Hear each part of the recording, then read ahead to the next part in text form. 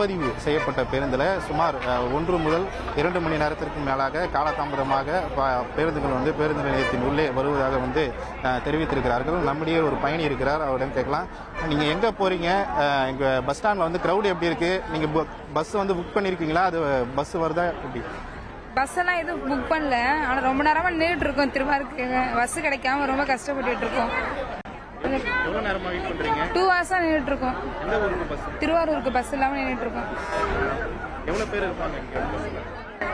யாருக்குமே சீட் இல்லாம ரொம்ப நேரமா நின்றுட்டு இருக்கிறோம். அதாவது இங்கே இருக்கக்கூடிய பயணிகள் வந்து கும்பகோணம், திருவாரூர், தஞ்சாவூர், பட்டுக்கோட்டை உள்ளிட்ட பகுதிகளுக்கு வந்து பேருந்துகள் வந்து குறித்த நேரத்தில் வரவில்லை எனவும் அதனால் 2 மணி நேரம் முதல் 3 மணி நேரத்திற்கு மேலாக இந்த பகுதியிலே காத்திருப்பதாகவும் அவர்கள் வந்து தெரிவித்திருக்கிறார்கள்.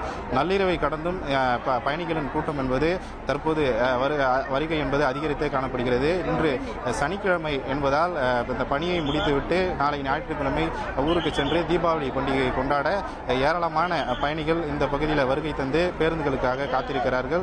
தொடர்ந்து பேருந்துகளை போதிய அளவில் பேருந்துகளை இயக்கும் பணியிலும் வந்து போக்குவரத்து கழக அதிகாரிகளும் அதே போல பயணிகளுக்கு தகுந்த பாதுகாப்பை வழங்குவதிலும் காவல்துறையினர் வந்து தீவிரமாக ஈடுபட்டு வருகிறார்கள்.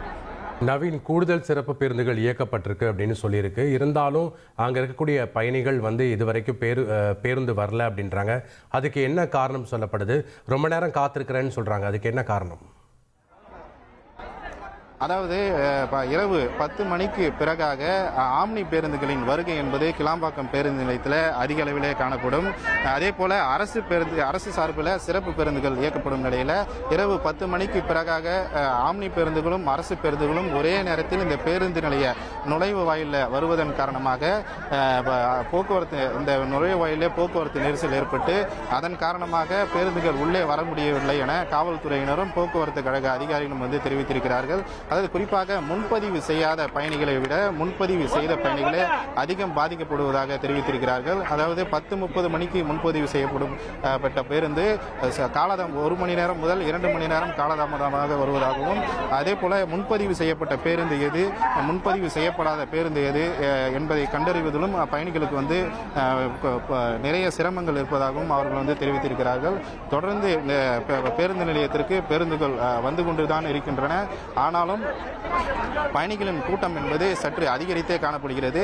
நள்ளிரவை கடந்தும் தற்போது வரை கிளாம்பாக்கம் பேருந்து நிலையத்தில் 10,000க்கும் மேற்பட்ட பயணிகள் பேருந்திற்காக காத்திருக்கிறார்கள்.